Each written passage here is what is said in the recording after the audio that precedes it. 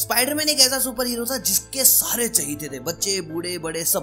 भाई स्पाइडरमैन देखिए और पहला पार्ट तो भाई इतना बड़ा हिट रहा। देखिए स्पाइडरमैन बनाने का जो प्रोसेस था वो काफी अलग था। जो स्टैन ली था उनको आइडिया किसी मकड़ी को देखकर नहीं आया था। स्पाइडरमैन मूवी बनाने के लिए उनको आइडिया आया था एक छोटी मक्खी को देखकर। फिर उन्होंने ऐसा मक्खी के ऊपर फिल्म नहीं बनाई, उन्होंने बनाई स्पाइडरमैन।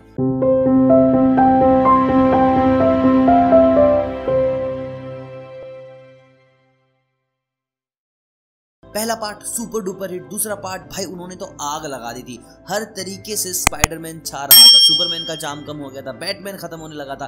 एक हीरो जो सबसे सामने निकल कर आ रहा था वो था स्पाइडरमैन। फिर आखिर ऐसा हुआ क्या कि स्पाइडरमैन 3 काफी बड़ी फ्लॉप फिल्म रही।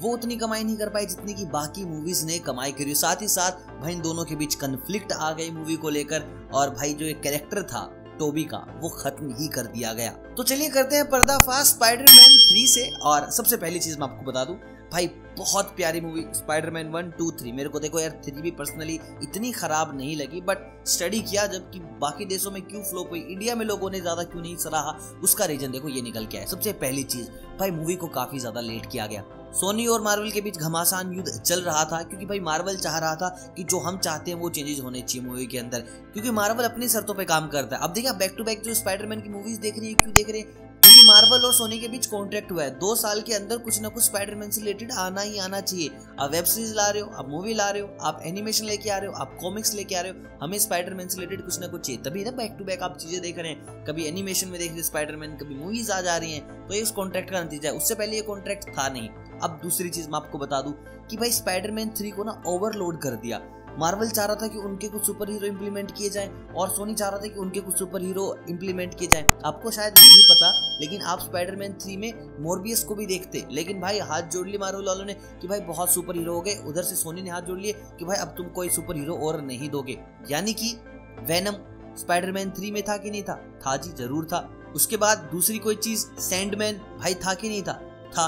उसके बाद भाई स्पाइडरमैन का जो बेस्ट फ्रेंड था वो उससे झगड़ रहा है। उसके बाद लव एंगल का पता नहीं क्या ट्रायंगल बना दिया, समझ में नहीं आया भाई किसी को। क्योंकि भाई आप पहला और दूसरा पार्ट देखेंगे ना तो कितना प्यारा लव एंगल बना कर रखा है मूवी में, और बाद में ना ऐसे स्पाइडरमैन का ऐसा दिखा दिया कि भाई ये तो अफेयर करता है मस्त। मूवी में ना काफी चीजें हो रही थी, लोगों को समझ नहीं आ रही थी कि क्या चल रहा है क्या नहीं चल रहा है। कभी कोई हमला कर दे रहा है, कभी कोई हमला कर दे रहा है। देखिए मूवी में वेनम की कोई जरूरत नहीं थी, एक खाली सैंडमैन को भी लेके आते ना तो भी भाई मूवी बहुत बड़ी हिट हो जाती।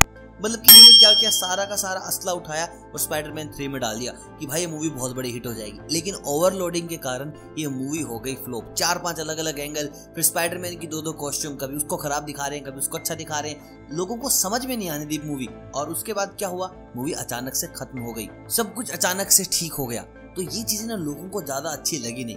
लोग एक्सपेक्ट कर रहे थे कि बहुत पावरफुल स्टोरी पावरफुल थी, लेकिन भाई देखो यार जब तुम बहुत ज्यादा एक्सेस में कर दोगे ना कुछ चीज, वो साला खराब होगा ही होगा। और वही चीज हुई स्पाइडरमैन 3 के साथ, और ये सबसे बड़ा कारण रहा स्पाइडरमैन 3 के फ्लॉप होने का। बाकी और कोई कारण है तो please do let me know through comments. आप भी बताएं कि ओवरलोडिंग के अलावा आपको और कौन कौन से रीजन दिखते हैं कि जिसके कारण स्पाइडरमैन 3 रही एक फ्लॉप मूवी। बाकी नई वीडियोस आती रहती है रोजाना, तो आप चैनल को सब्सक्राइब कर सकते हैं, बेल आइकन दबा सकते हैं अपडेट्स के लिए। मिलता हूं बहुत जल्द, तब तक आप सभी को अलविदा।